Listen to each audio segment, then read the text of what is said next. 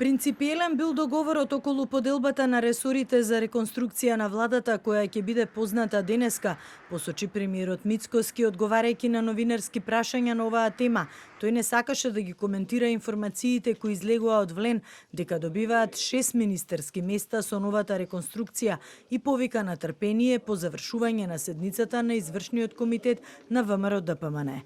Во врска со информацијата која излезе во јавноста дека Знам наместо Правда може да го добијат ресорот земјоделие, посочи дека за персоналните решенија се уште не е разговарано со коалициските партнери.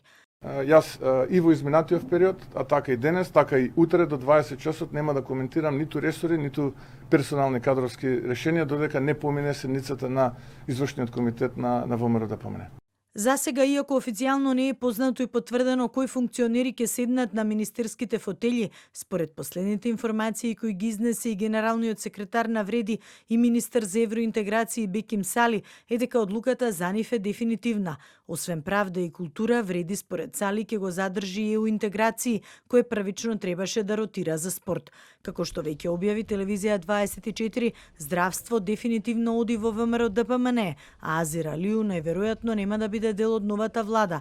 Сепак ова не оди во целосен склад со очекувањата кои претходно ги изнесе Знам, кои посочија дека сметаат дека нивните ресори ќе останат, но најверојатно ресорот Правда ќе мора да го заменат со земјоделство. Телевизија 24 објави дека кај ВМРО-ДПМН е одат здравство и социјала. Известно е дека од владата си одат Зоран Љутков, Борко Ристовски, Арбен Фетаи, Фатмир Лимани, Азир Алију, како и Шабан Салију. Неизвестно е Иван Стојковиќ дали ќе ротира или ќе се збогува од Илинденска број 2.